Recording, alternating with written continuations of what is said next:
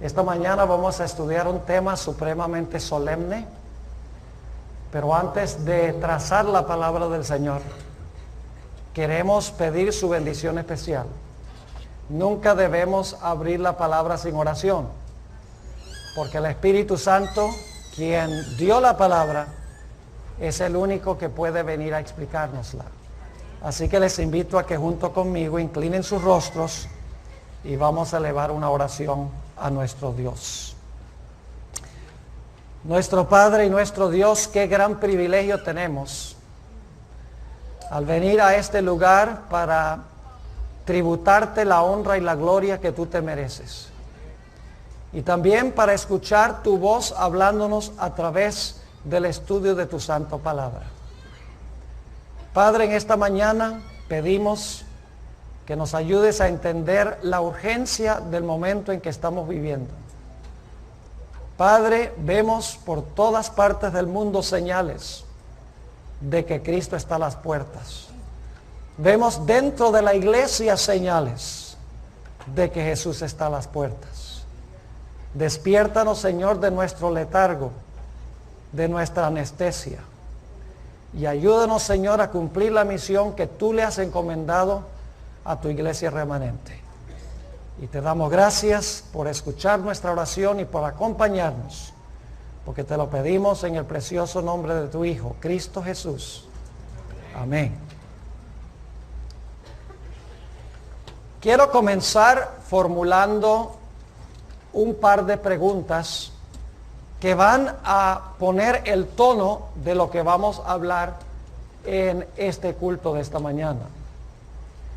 En primer lugar, quiero preguntar, ¿por qué levantó Dios a la iglesia adventista del séptimo día? ¿Cuál es nuestra misión en el mundo? ¿Y qué derecho tenemos nosotros como adventistas de existir como iglesia? ¿Qué nos distingue a nosotros de otras iglesias? Siempre que pregunto cuál es la razón por la cual Dios levantó a la iglesia, escucho la respuesta de que Jesús ha levantado a la iglesia adventista para predicar el evangelio. El problema es que todas las iglesias cristianas del mundo dicen que Dios las ha levantado para predicar el evangelio. Entonces tenemos que formularnos la pregunta, ¿cuál evangelio? ¿Cuál es el mensaje especial, distinto, característico que Dios ha dado a la iglesia adventista que la distingue del mensaje que predican todas las demás iglesias? Ahora, la iglesia adventista tiene algunas doctrinas y prácticas peculiares. Por ejemplo, nosotros guardamos el sábado, pero no somos los únicos que guardamos el sábado. Hay iglesias no adventistas que también guardan el sábado. Nosotros los adventistas creemos que los muertos nada saben. No somos los únicos. Los testigos de Jehová también creen que los muertos nada saben. Los adventistas creemos que debemos cuidar nuestros cuerpos y practicar los principios de la salud. No somos los únicos. Los mormones son muy cuidadosos con sus hábitos de salud. Enfatizan que no debemos fumar y que no debemos beber y que debemos tener cuidado con nuestro cuerpo. La iglesia adventista enseña que nosotros debemos guardar la ley de Dios, pero no somos la única iglesia que enseña que debemos respetar la ley de Dios. Es decir, aún muchas de nuestras doctrinas características especiales son compartidas por otras iglesias.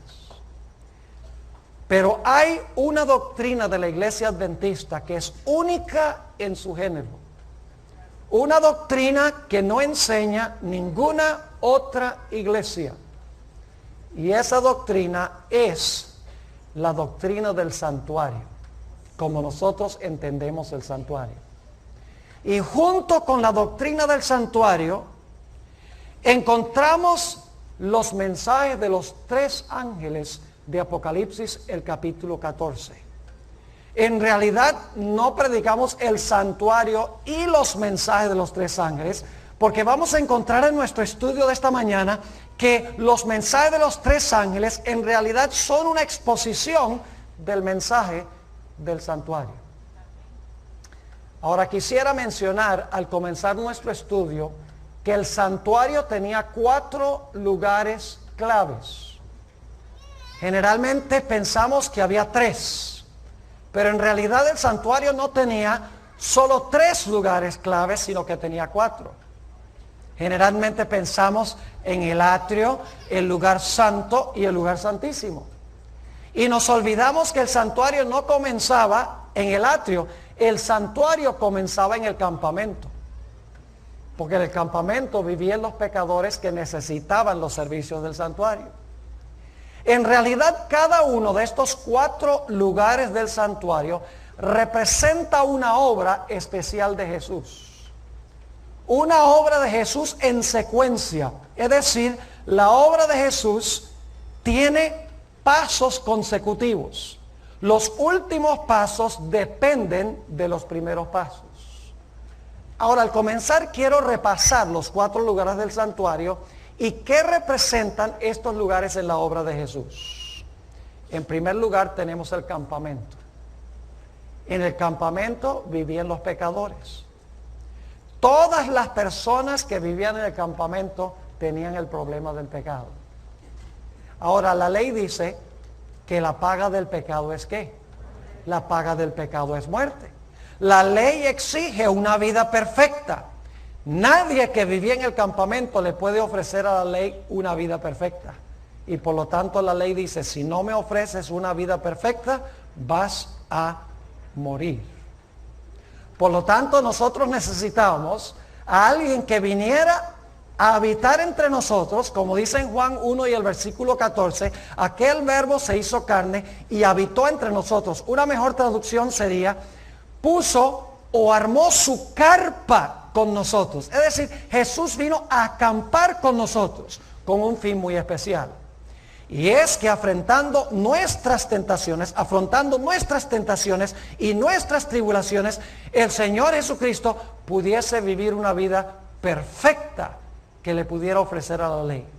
Para que yo, aceptando a Jesús, la vida de Jesús pudiese estar en lugar de mi vida imperfecta. Es decir, Jesús vino al campamento a vivir la vida que yo debo vivir. Porque la ley exige una vida perfecta. Yo no la puedo ofrecer, pero Jesús vivió esa vida perfecta, recibiéndolo a Él, su vida perfecta, la recibe Dios en lugar de mi vida imperfecta. Pero no era suficiente que Jesús viviera una vida perfecta en mi lugar, que le pudiera ofrecer a la ley.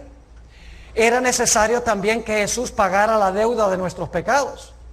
Por eso nos movemos al segundo sitio del santuario, que es el atrio, a donde se sacrificaba el animal. Jesús no solamente vivió una vida perfecta, la vida que nosotros debemos vivir para ofrecerle a la ley, que si yo lo acepto a Él, su vida perfecta está en lugar de mi vida imperfecta, sino que el Señor Jesucristo murió la muerte que nosotros debemos morir para que nosotros no tengamos que morir. Es decir, Jesús en el campamento vivió por nosotros y en el campamento Jesús murió por nosotros. Para que si nosotros lo aceptamos como nuestro Salvador, su vida es acepta por el Padre en lugar de mi vida y su muerte es acepta ante el Padre en lugar de mi muerte. Para la mayoría de los cristianos el plan de la salvación termina allí. Jesús vivió por mí y Jesús murió por mí. Aleluya, gloria al Señor, estoy salvo. Pero olvidan el hecho de que después del campamento y el atrio del santuario estaba el lugar santo y estaba luego el lugar santísimo. Obviamente la obra de Cristo incluye mucho más que vivir una vida perfecta y morir la muerte que nosotros debemos morir. Avanzamos al siguiente apartamento, el lugar santo del santuario. ¿A qué fue Jesús al lugar santo del santuario cuando ascendió al cielo?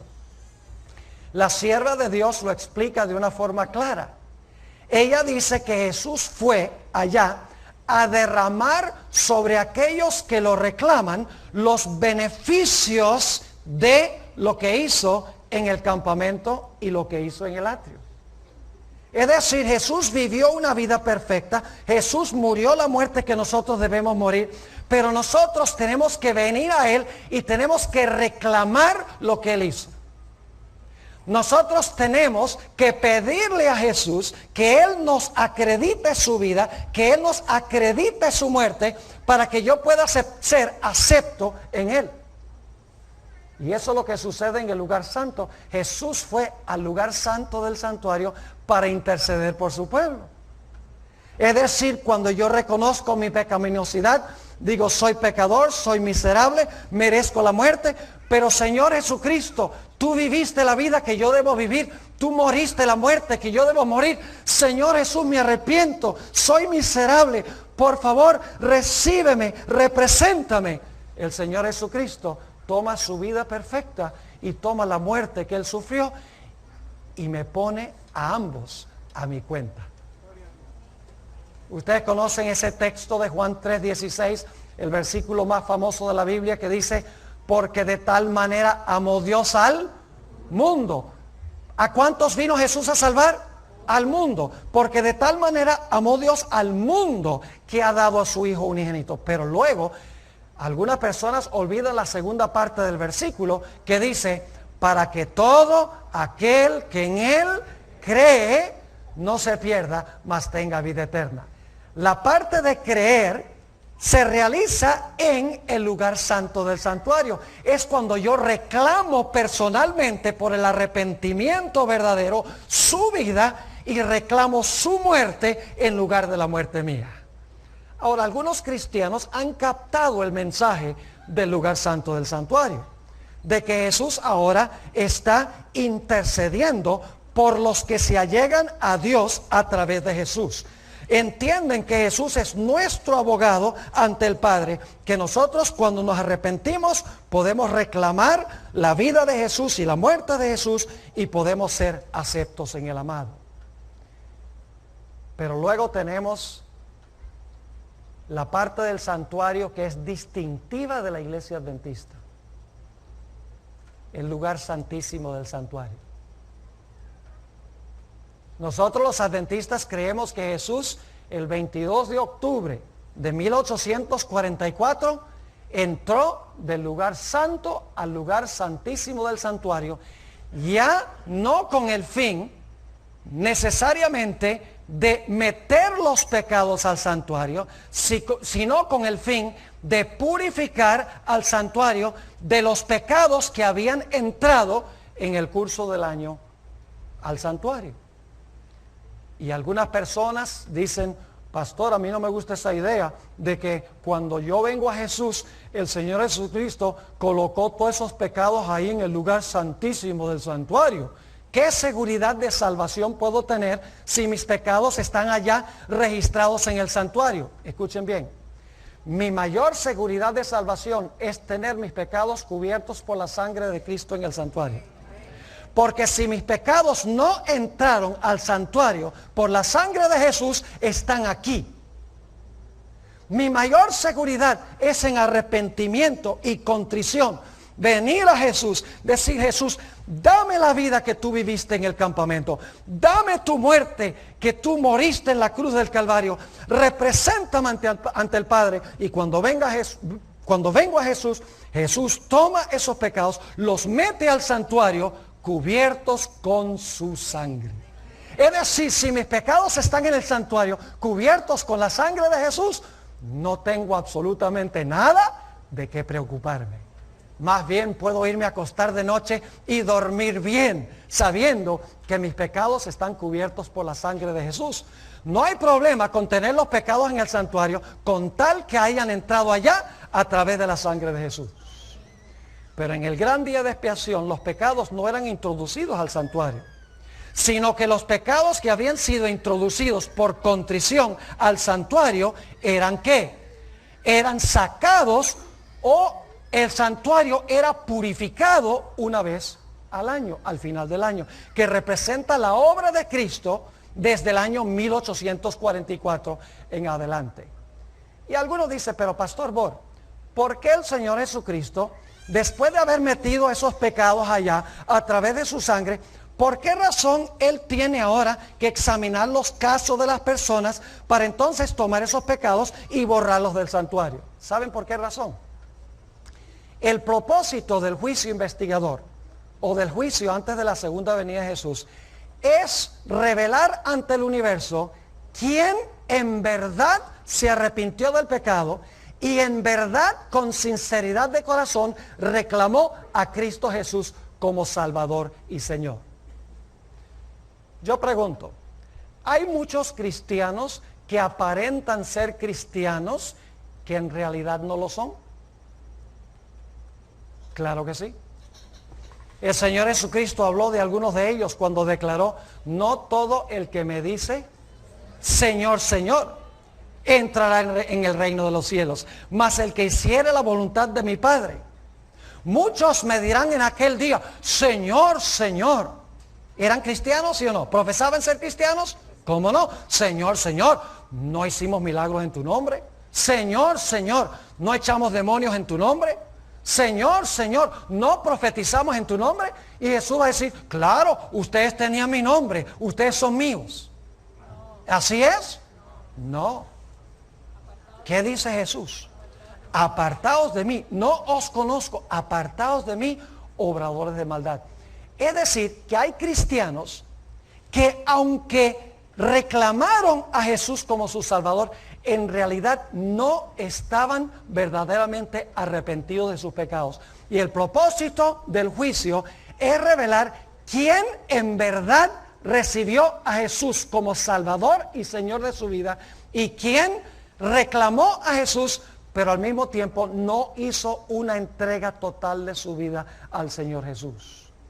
Y déjeme decirles, el propósito del juicio no es condenar, el propósito del juicio es taparle la boca a Satanás. Tenemos esa maravillosa escena de Zacarías, el capítulo 3, que la hermana White dice que representa las escenas finales del juicio investigador. Ahí está Josué, representando al pueblo de Dios, vestido de harapos, vestido de trapos sucios. Y dice que a un lado de él está Satán acusándolo y diciendo, mire, está sucio, este es mío. Y entonces por el otro lado está el ángel de Jehová, que representa a Cristo Jesús, que dice, Jehová te reprenda, oh Satán, ¿no es este un tizón arrebatado del fuego? Y luego se da la orden, quítenle esas vestiduras viles y vístanlo con vestiduras de gala. Eso es lo que quiere hacer Jesús. El propósito por el cual Dios abre los registros de su pueblo antes de la segunda venida es porque Satanás dice, el pastor Bor, el diablo también lleva sus registros. Dice el pastor Bor, hizo esto, tal día, tal hora, tal lugar. Hizo esto y aquello y lo otro y lo otro. Por lo tanto, como él es pecador, es mío. El Señor Jesucristo no niega todos esos pecados que el pastor Bor cometió. Pero el Señor Jesucristo dice a Satanás, oye, pero se te olvidó un detallito. Y el diablo dice, ¿y qué detalle se me olvidó? Se te olvidó el detallito de que el pastor Bor se arrepintió de esos pecados, confesó esos pecados, yo lo representé como su sacerdote, los pecados entraron al santuario a través de la sangre, el arrepentimiento, esos pecados fueron perdonados y cubiertos por la sangre, y por lo tanto, como entraron al santuario por la sangre, serán purificados del santuario también por la misma sangre. El propósito de Dios es, en el juicio, es taparle la boca a Satanás y mostrar al universo que Dios tiene derecho de llevar a sus fieles al cielo y que hubo algunas personas que profesaron a Jesús, pero que en realidad sus vidas negaban su profesión. Y por si acaso alguno no cree que se puede revocar el caso de alguien. Ustedes recuerdan la parábola de los dos deudores, ¿verdad que sí? Había uno que debía una suma inmensa, 10,000 talentos. Nunca en su vida podría haber pagado esa deuda.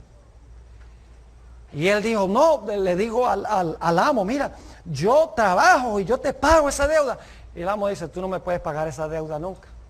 Te tomarían miles de años en pagar esa deuda. Y ustedes saben qué fue lo que pasó, clamó, lloró.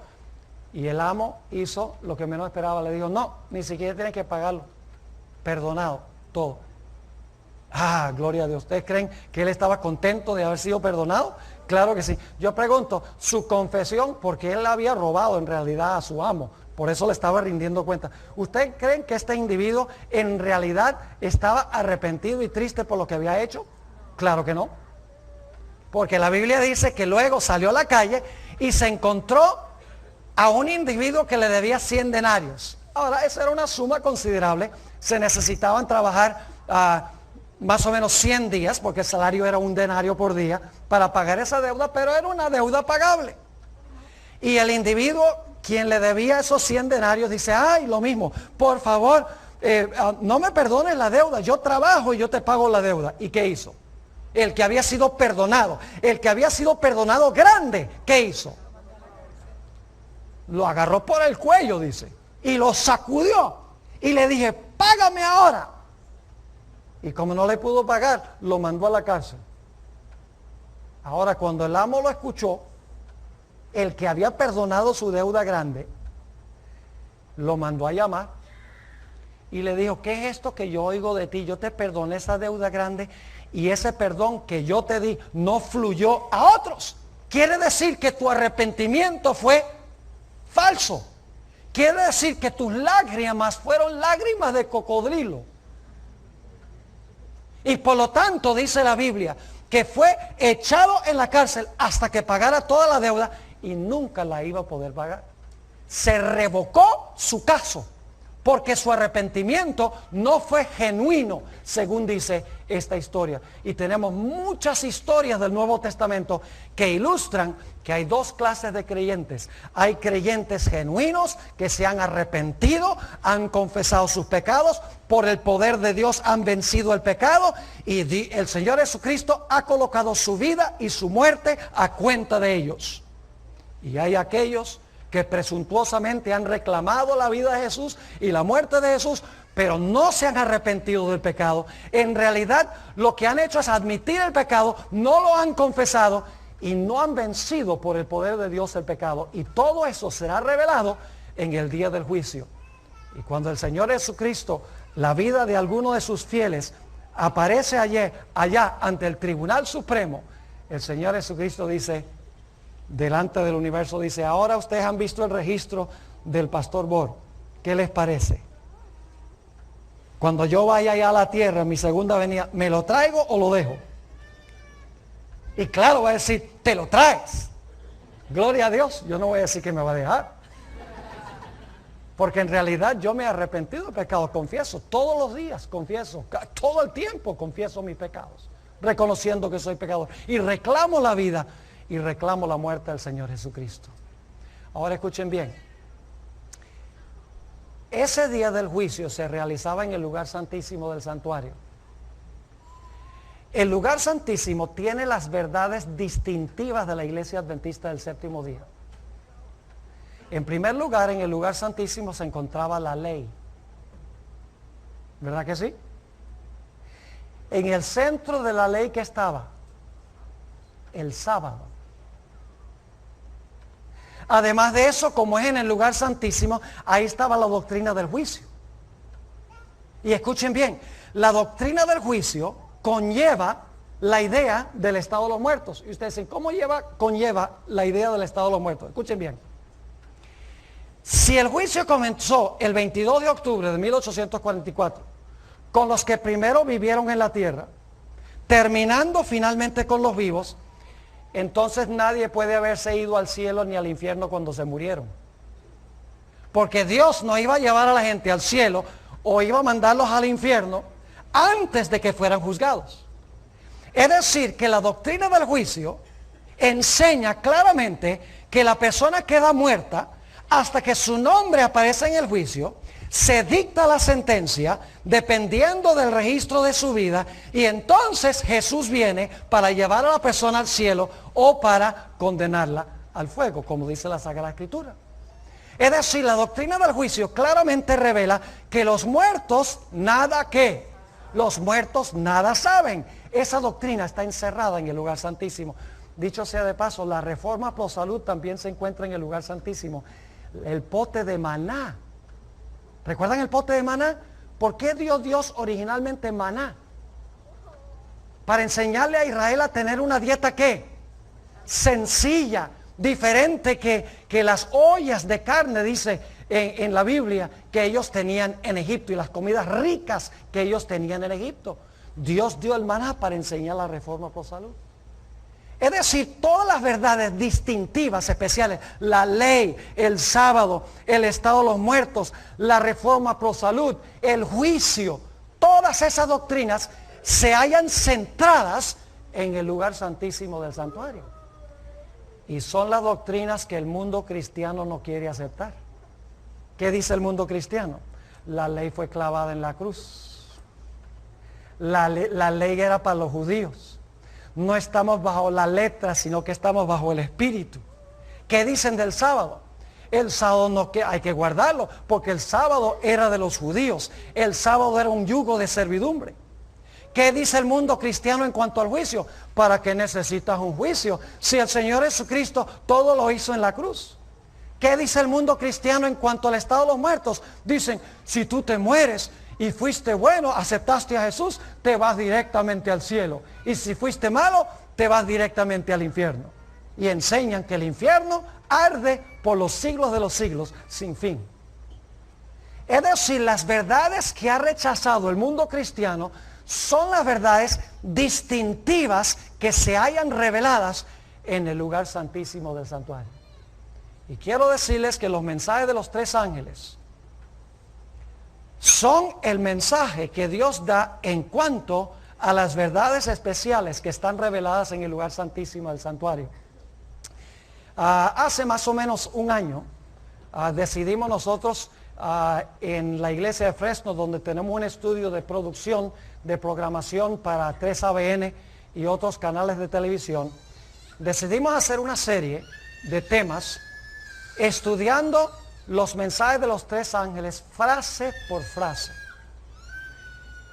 Y grabamos 25 temas de 1 hora cada uno, estudiando cada frase de los mensajes de los tres ángeles. Aquí lo tenemos solamente en inglés, no lo tenemos en español, pero la mayoría de los jóvenes que están aquí hablan inglés y hablan también español. Un estudio, por ejemplo, de lo que significa temer a Dios. Otro sobre lo que significa darle gloria. 2 temas sobre la hora de su juicio ha llegado. 2 temas sobre adorar al Creador. Un tema sobre la fornicación de Babilonia. Otro sobre qué es Babilonia. Otro sobre el vino de Babilonia.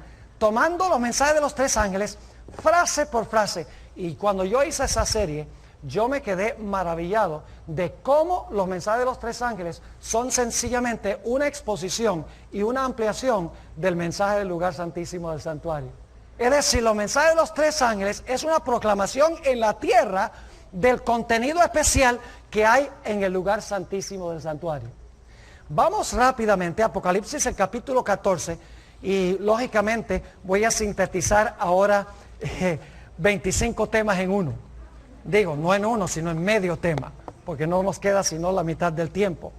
Apocalipsis 14, y noten el versículo 6. Solamente voy a esbozar algunos puntos. Estamos diciendo que lo mismo que encontramos en el lugar santísimo es lo que se encuentra en los mensajes de los tres ángeles. Y escuchen bien, la iglesia adventista del séptimo día existe para proclamar los mensajes de los tres ángeles. Si nosotros estamos sencillamente predicando lo que están predicando otras iglesias, mejor cerramos nuestras puertas y nos unimos con ellos a predicar el evangelio que ellos predican. Lo que nos hace un pueblo peculiar y especial es el mensaje del lugar santísimo que se haya expuesto y ampliado en los mensajes de los tres ángeles. Fíjense lo que dice Apocalipsis 14 y el versículo 6.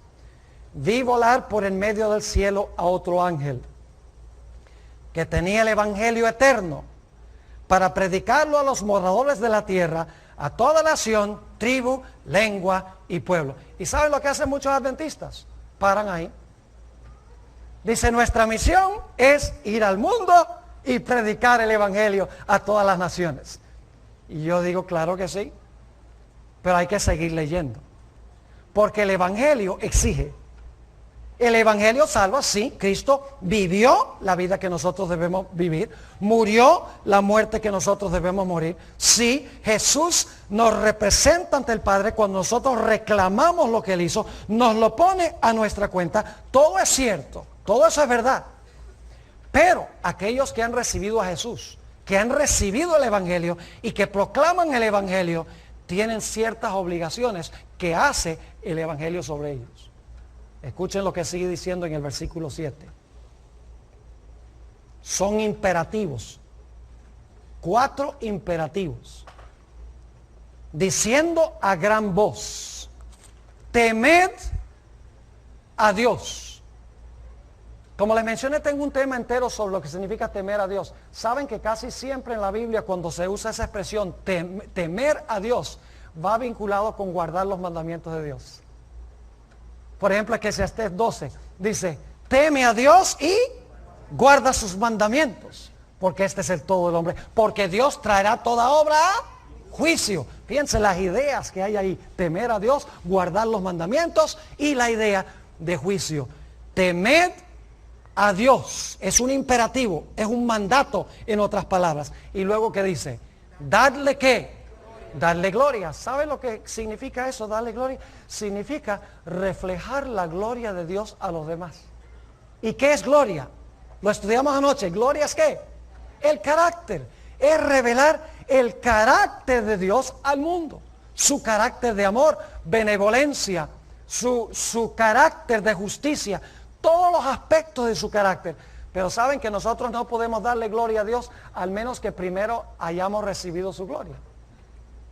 Recibimos para dar, como Moisés en el monte. Ustedes recuerdan, Moisés estuvo en la presencia de Dios y la gloria de Dios brilló sobre Moisés, y cuando Moisés descendió del monte ante el pueblo, dice que el rostro le ¿qué? El rostro le brillaba. ¿De dónde venía esa gloria? Esa gloria había venido de Dios. Por eso mencionaba anoche que nosotros somos lunas y Dios es el sol. Dios brilla su carácter sobre nosotros, y entonces nosotros reflejamos esa gloria a nuestros semejantes. Así que no solamente dice que debemos temer a Dios, que significa guardar sus mandamientos, sino que dice que debemos darle gloria, y eso significa ¿qué cosa? Revelar su carácter. Pero sigue diciendo, ¿por qué debemos temer a Dios y darle gloria? ¿Por qué qué? Porque la hora de su juicio ha llegado. Ahora escuchen bien. La mayoría de los cristianos creen que el juicio es cuando Cristo venga. Este texto demuestra claramente que el juicio no es solamente cuando Cristo venga. Jesús viene a ejecutar juicio. Pero antes de eso hay una investigación. Y usted dice, pastor, ¿cómo sabe eso? Este es el mensaje del primer ángel, ¿verdad que sí? Y el primer ángel está predicando el evangelio, ¿verdad? ¿Está todavía abierta la puerta de la gracia mientras está predicando el evangelio? ¿Está abierta? Claro que sí. Si no está abierta, ¿para qué predicarlo? Y noten que el primer ángel que está predicando el evangelio y diciendo, teme a Dios y dale gloria, dice, la hora de su juicio ¿qué? Ha llegado. El juicio comienza cuando se está dando el mensaje del primer ángel. Tiene que ser antes de la segunda venida de Jesús. No es sino hasta cuando se proclama el mensaje del tercer ángel, Apocalipsis 14, 12, que en el siguiente versículo, versículo 14, dice que Jesús está sentado en una nube y tiene una hoz aguda en su mano, y entonces es que Jesús regresa a la tierra.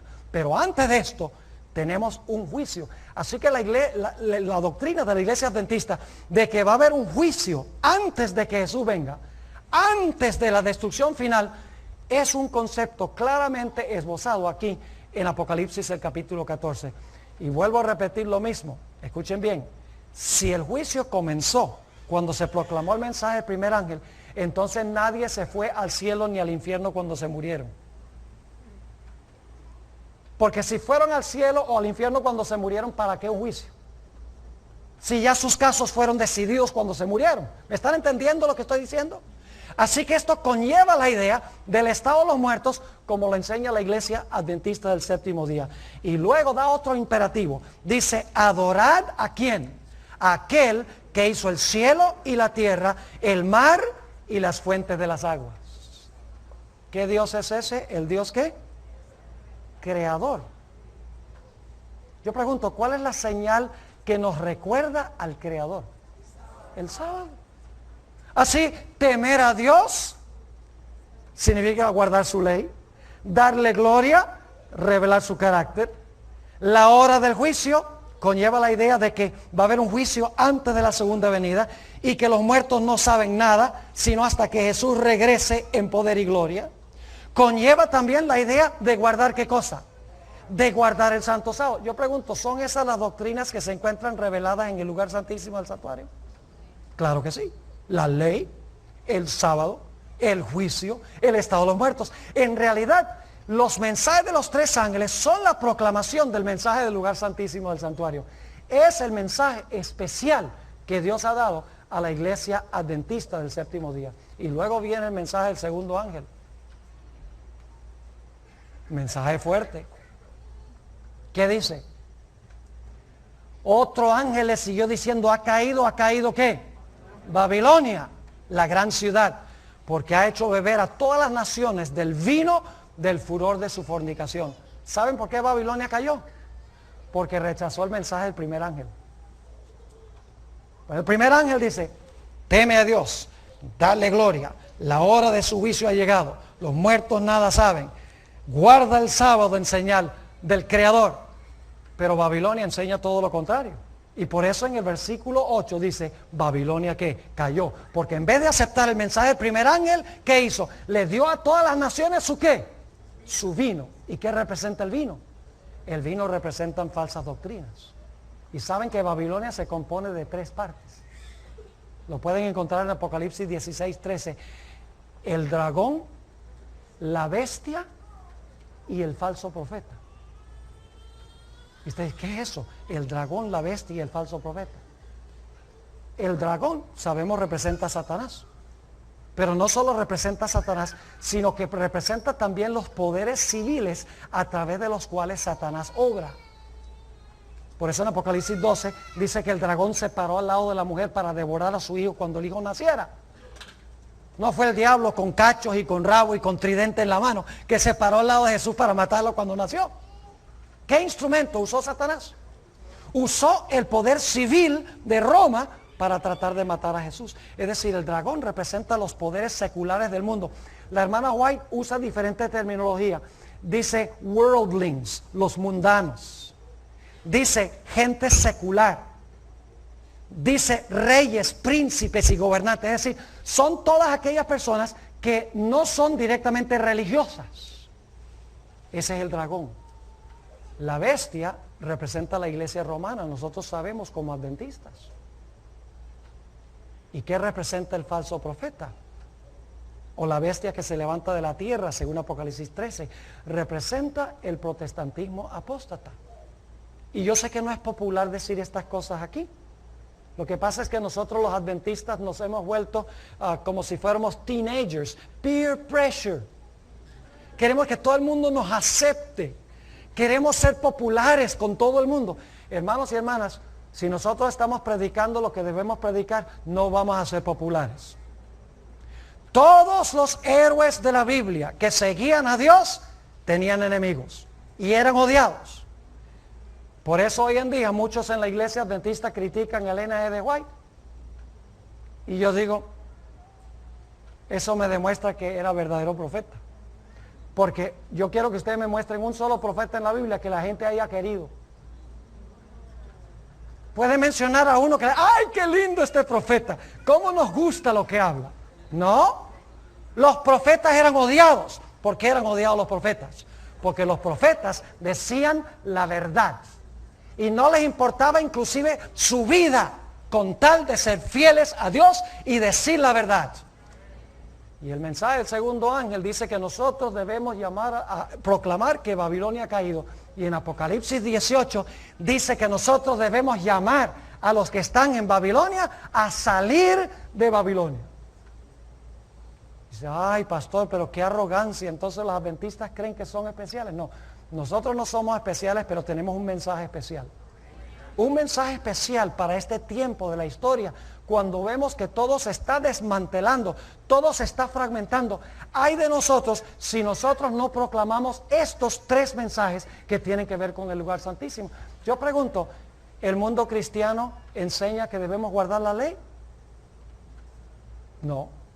¿El mundo cristiano enseña que debemos guardar el sábado? No. ¿El mundo cristiano enseña que los muertos nada saben? No. ¿Enseñan que el infierno se va a pagar? No. ¿Enseñan que debemos cuidar nuestros cuerpos y dejar de comer y beber ciertas cosas? No. ¿Enseñan que estamos ahora en el juicio y que debemos de verdad arrepentirnos y reclamar la sangre de Cristo, que no solamente nos perdona, sino que nos limpia la vida del pecado? El mundo cristiano no está enseñando ninguna de estas cosas. Dios ha llamado a la iglesia adventista en esta época especialmente para proclamar este mensaje. Y escuchen, luego viene entonces el mensaje del tercer ángel. Mensaje fuerte. Vamos a leerlo. Dice en Apocalipsis 14 y el versículo 9. Y el tercer ángel lo siguió diciendo a gran voz: si alguno adora a la bestia y a su imagen, y recibe la marca en su frente o en su mano. La marca representa el falso día de reposo. Él también beberá del vino de la ira de Dios, que ha sido vaciado puro en el cáliz de su ira, y será atormentado con fuego y azufre delante de los santos ángeles y del Cordero. Y el humo de su tormento sube por los siglos de los siglos. Y no tienen reposo de día ni de noche los que adoran a la bestia y a su imagen, ni nadie que recibe la marca de su nombre. ¿Cuántos de los que están presentes aquí creen que este es un mensaje de amor? Levanten la mano si creen que es un mensaje. Entonces Dios manda un mensaje de odio. ¿Es un mensaje de amor? Yo pregunto, ¿cuántos de ustedes quisieran que sus vecinos terminaran en ese lago de fuego y azufre? ¿Les gustaría que terminara algún amigo, algún familiar, alguna persona tal vez que no conocen, que con quienes trabajan, que ellos terminen ahí? No. Entonces, ¿quién les va a advertir para que no terminen ahí? Nosotros. ¿Es un mensaje de amor? Claro que sí. Mire, los mensajes de amor no solamente son blanditos, ay, yo te quiero y yo te amo, como hoy en día se ha vuelto popular.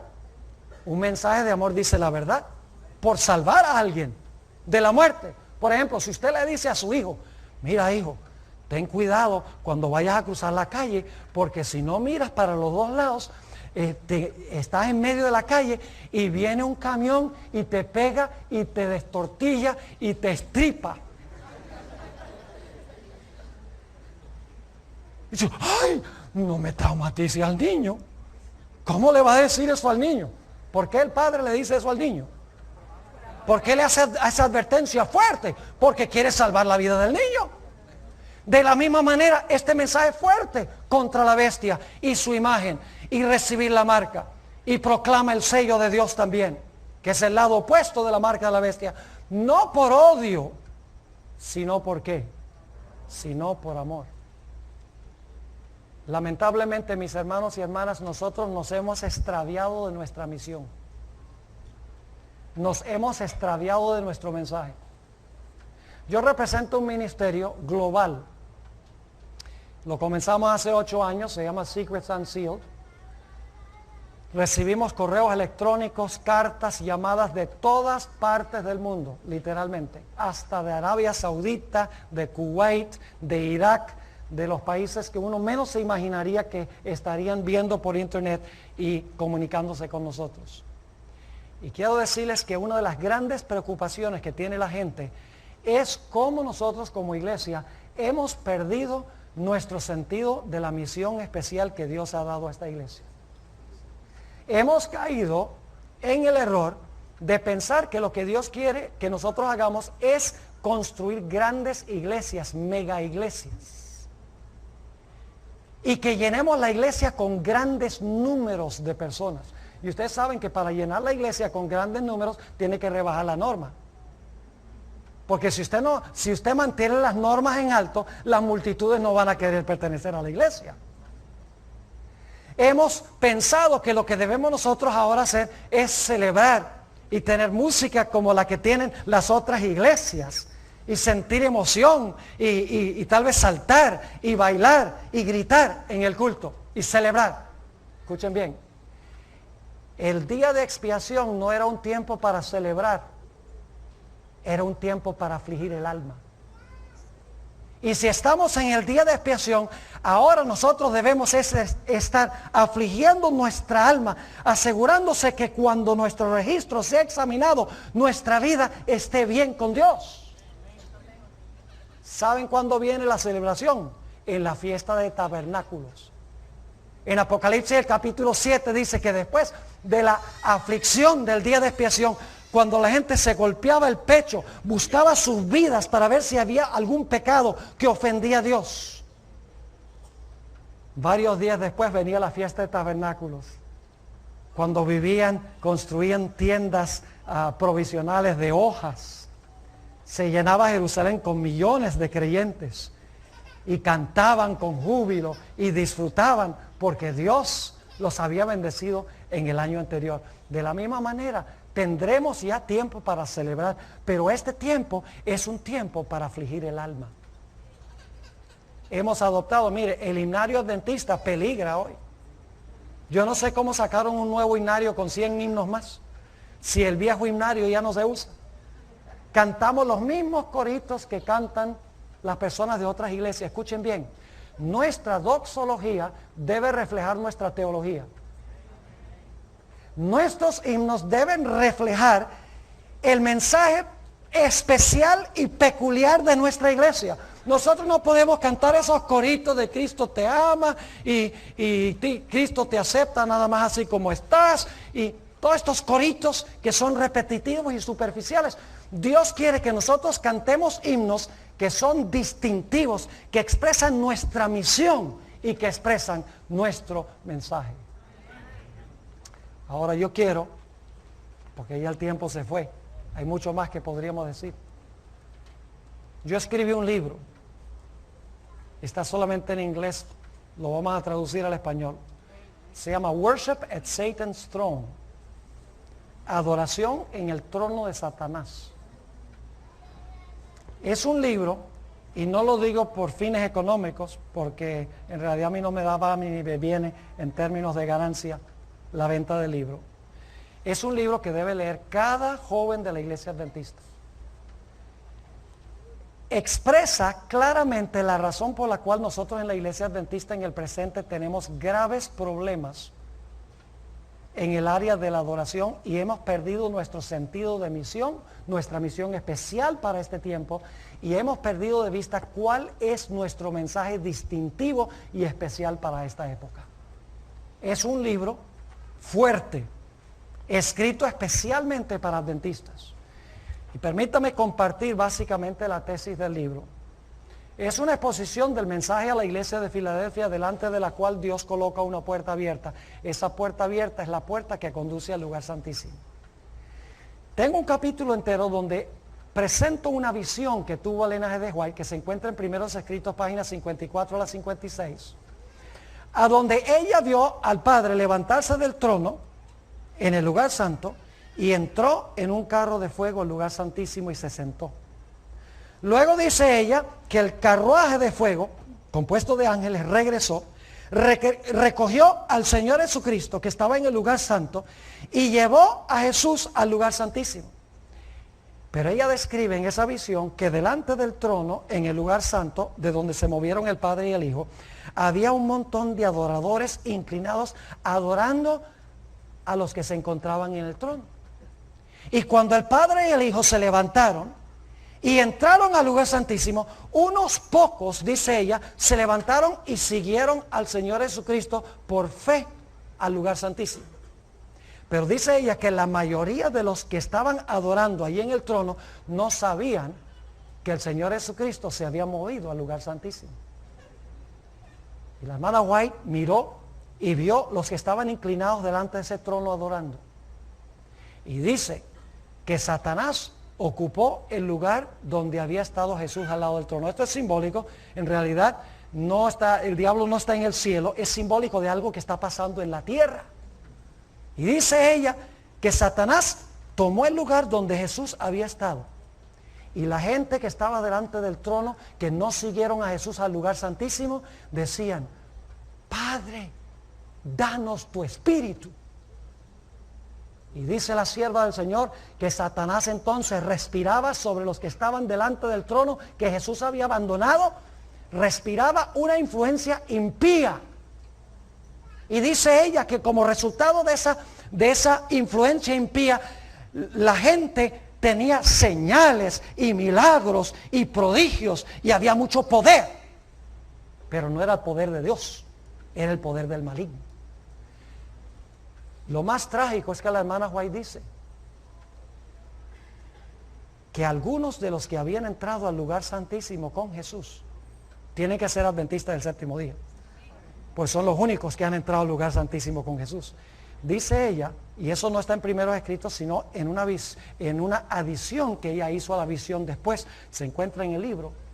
Ella dice que muchos de los que entraron al lugar santísimo con Jesús, luego dieron media vuelta y se fueron otra vez al lugar santo y se inclinaron con los que estaban adorando delante del trono.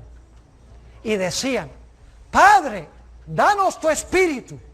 Y el diablo respiraba sobre estos que habían aceptado el mensaje del lugar santísimo. Respiraba sobre ellos una influencia impía que creían que era el poder de Dios, pero era el poder de Satanás. Yo creo que la hermana White, no albergo dudas, porque hay muchas otras visiones que tuvo la hermana White, que ella está describiendo una apostasía que se iba a realizar de parte de muchos adventistas que iban a abandonar su lugar distintivo en el lugar santísimo para regresar al lugar santo como adoran todos los demás cristianos. Apreciados jóvenes y hermanos, Dios nos ha llamado a nosotros a irradiar su luz. No cualquier luz del Evangelio. Nos ha llamado para irradiar la luz especial del lugar santísimo y los mensajes de los tres ángeles. Y ay de nosotros si nosotros no cumplimos con el cometido de Dios. Dios hallará quién proclamará este mensaje para preparar al mundo para el cierre de la gracia y la segunda venida de Jesús. Yo quiero preguntar en esta mañana, ¿quieres tú aceptar el desafío que te lanza Dios en esta mañana? Y decir: yo me voy a sentar y voy a estudiar este mensaje hasta entender este mensaje, y por el poder de Dios me voy a poner en las filas del Señor y voy a ser un adventista del séptimo día en todo sentido de la palabra, y por su poder voy a proclamar este mensaje en vida y en palabra para preparar a un pueblo para la venida de Jesús. ¿Acepta ese desafío? Si lo aceptas, ponte de pie en esta mañana, porque yo quiero tener una oración contigo en esta mañana. Gloria a Dios. Qué linda respuesta esta. De toda la juventud que se haya reunido aquí de tantos diferentes lugares. Hermanos y hermanas jóvenes, Dios tiene un mensaje especial para este tiempo. No nos distraigamos de ese mensaje y de esa misión especial, porque será peor para nosotros que las personas que nunca escucharon. Gran luz implica gran responsabilidad. Dios nos ha dado una gran luz. No la desperdiciemos. Estudiemos la luz, permitamos que la luz entre y luego irradiemos esa luz especial para este tiempo. Oremos.